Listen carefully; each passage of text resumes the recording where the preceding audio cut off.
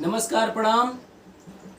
एक बार फिर से राजा राम इंटरटेनमेंट के माध्यम से हम सब लोग जुटल बानी और एगो प्रमोद भैया के बहुत शानदार बहुत सुंदर सैड सॉन्ग बाटे आप लोग के सामने प्रस्तुत करतनी। कोनो भी प्रकार के गलती हुई तो अपना घर के छोट बालक समझ के क्षमा करब सबे। और राजा राम भाई तबला पर संगत करतनी और प्रीतु भाई हारमोनियम पे संगत करतनी और छोट भाई शशि झाल पे संगत करतनी। कहल जाला छोट चीज बड़ा बढ़न चोट मारेला, वे शशि भाई करतनी कैसे कहे बा। और आप लोग के भाई अनूप अनंत आप लोग के सामने वो गीत सुनावत गलती हुई तो क्षमा करब सब। कैसे कहे बा।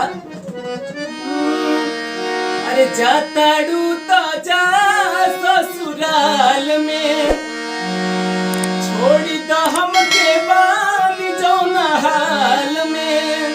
कैसे राजा राम भैया। अरे जाता डूता जा ससुराल में छोड़ी द हमके बानी जौना हाल में। तू भूल जइबू बाकी हम ना भूलाई, तू भूल जइबू बाकी हम भूल जाई। जय कोने कोनो सामाई आवतावे जून हमर ले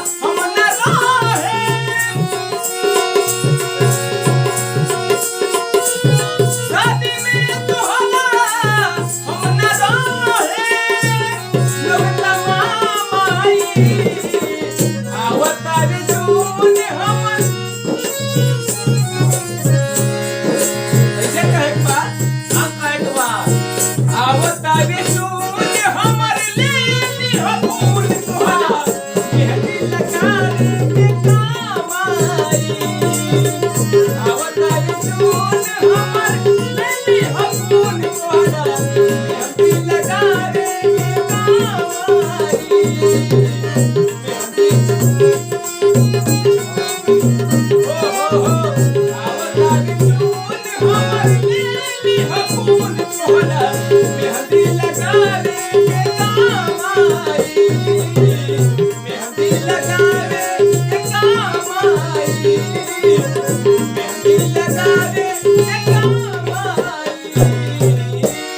प्रयास भइल बा आप लोग के सामने, गलती से की क्षमा करब और ये चैनल के सब्सक्राइब कराई सबे और हमनी के सब जना के आगे बढ़ावे के रौरा लोग से गुहार बा, विनती बा कि ये चैनल के आगे बढ़ाई और चैनल को सब्सक्राइब कराई, लाइक कराई, कमेंट कराई।